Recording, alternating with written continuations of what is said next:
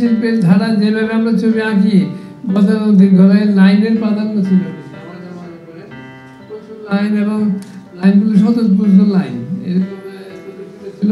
কিন্তু এইবারে এসে আমি তাক লেগে গেছি, হঠাৎ করে একটা বিরাট চেঞ্জ, অন্য চোখে দেখা পৃথিবীকে, ডাইভার্সিটি আছে, আমি মনে করি ডাইভার্সিটি আছে এবং গতানুগতিক ছেড়ে ছেড়ে ফেলে দিয়ে উনি যাত্রা করেছেন।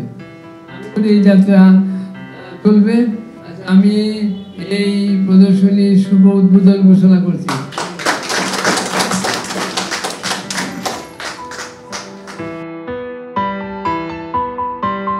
Epic journey of A migratory bird, এটা হচ্ছে আমার শিরোনাম। ছবিতে আপনি দেখবেন যে হচ্ছে পুরু টেক্সচার ব্যবহার করেছি।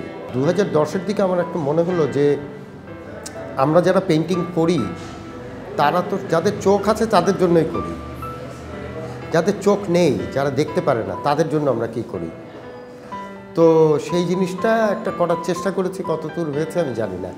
এটা আমার একটা ইয়ে ছিল যাতে অন্ধরাও কোনোভাবে, তার মানে এই ছবি আমি যে লেখা থাকে না আগে ছবিতে হাত দিবেন না, আমি সেইটা না করে আমি বরং উল্টাটা চেয়েছি, আমার ছবিতে মানুষ হাত দিয়ে দেখুক, হ্যাঁ হাত দিয়ে দেখুক, বুঝুক, কারণ এটা শুধু দেখারও বিষয় না, এটা অনুভূতি নেওয়ারও বিষয়। আমার ছবি এই মুহূর্তে দেখলে অ্যাপারেন্টলি আপনার মনে হতে পারে এটা একটা বিমূর্ত ছবি, বাস্তবে আমি কিন্তু আসলে এখানে একটা গল্প করার চেষ্টা করেছি। আপনি দেখেছেন একটা পাখির যে চলা, তার বিভিন্ন কিছু দেখা, সেই জিনিস তার দেখাটাকেই আমি দেখাচ্ছি, পাখির মতন করে আমি দেখার চেষ্টা করেছি। তবে আমার প্রসেসটা খুব কঠিন, সেই কারণে মানে 1 মাস বা 2 মাসও লেগে যায় কখনো এক একটা ছবি শেষ করতে। আর একটা গল্প মাঝে মাঝে উকি দিচ্ছে, সেটা হচ্ছে যুদ্ধ, আর সেটা নিয়ে আমি আসলে কাজ করব কি না, কেমন করে করব, এটা এখনও উকি দিচ্ছে, আমি বলতে পারবো না এটা।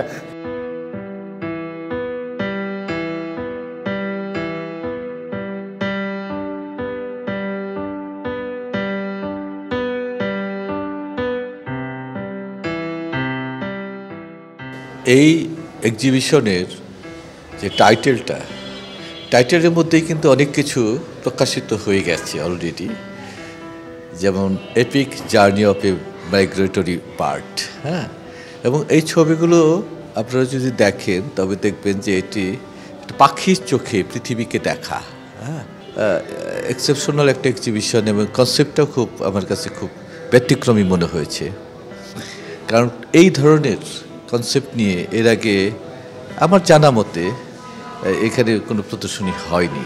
এবং এটার মধ্যে কিন্তু সে একটা মেসেজ দেওয়ার চেষ্টা করেছে, একটা বার্তা দেওয়ার চেষ্টা করেছে যে দেখুন যে পৃথিবীটা কতটা সুন্দর, হ্যাঁ।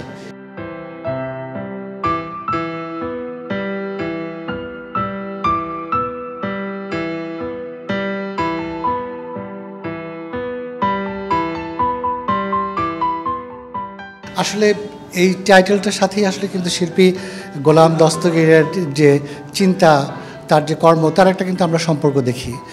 এবং দেখুন এই যে আমাদের প্রাণীকুলের মধ্যে পাখিকে আমরা বলতে পারি যে সবচেয়ে সৌভাগ্যবান প্রাণী, কারণ পাখি নিচে এবং উপরে সমানভাবে দেখতে পায়। এই যে জগৎকে দেখার যে একটা বাসনা, এটা কিন্তু প্রাণীকুলের মধ্যে চিরায়ত এবং সবচেয়ে বেশি মানুষের মধ্যে। আবার মানুষের মধ্যে যদি আমরা দেখি, সেই তাড়নাটা কিন্তু আমরা সবচেয়ে বেশি দেখি শিল্পীর মধ্যে। শিল্পী কিন্তু খুব অসহায় বোধ করে যদি সে সমস্ত জগৎটাকে না দেখতে পারে। গোলাম দস্তগীরের আসলে এরকম একটা বাসনা ছিল, এটা তার কাজে, কর্মে, কথায় আমরা অনেকবার দেখেছি। আপনি যদি ছবিগুলো দেখেন একটা থেকে একটা, এই যে আমাদের মানচিত্র বদলে যাওয়া, আমাদের জলবায়ু বদলে যাওয়া, আমাদের ভূপ্রকৃতি বদলে যাওয়া, এই যে একটা পরিবর্তন, বিবর্তন, মানব সভ্যতা, মানবতার সব কিছু কিন্তু তিনি তার এই আমি বলবো যে অ্যাবস্ট্রাকশনের মধ্য দিয়েও তিনি তুলে ধরেছেন এক অনবদ্যভাবে।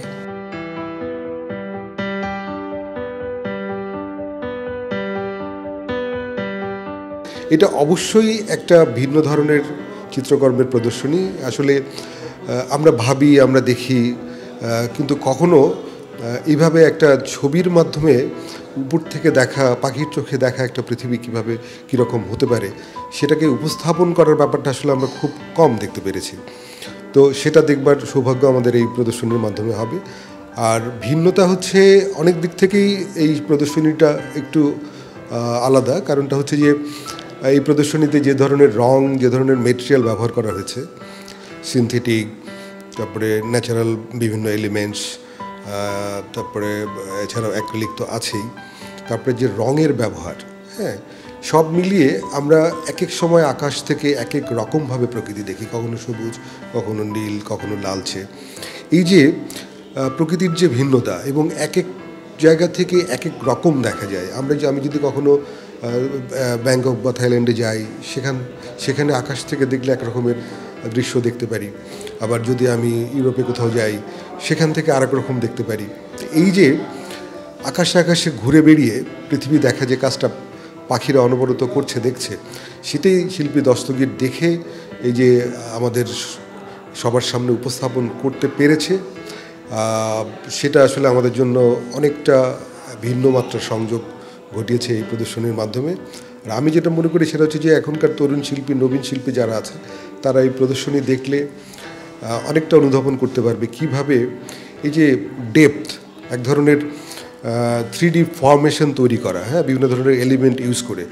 আসলে তাই আমরা উপর থেকে এরকমটাই দেখি। একটা সমুদ্রের পাশে যখন একটা পাহাড় থাকে পাশেই, তো পাহাড় আর সমুদ্রের যে এই ডেপথের যে কম বেশিটা, এটা বোঝাতে এলিমেন্ট ব্যবহার করে এই যে গভীরতা, এই উচ্চতার কম বেশি, এটাকেও উপস্থাপন করবার চেষ্টা করেছে। এই যে টেকনিকটা, হ্যাঁ, এবং এটার যে এক্সিকিউশন, এটা আমার ধারণা যে আমাদের এখনকার নবীন শিল্পীরা বা যারা তরুণ শিল্পীরা আছে, তারা দেখলে অনেকটা অনুপ্রাণিত হবে এবং কিছুটা শিক্ষণীয় বিষয়ও তারা অর্জন করতে পারবে।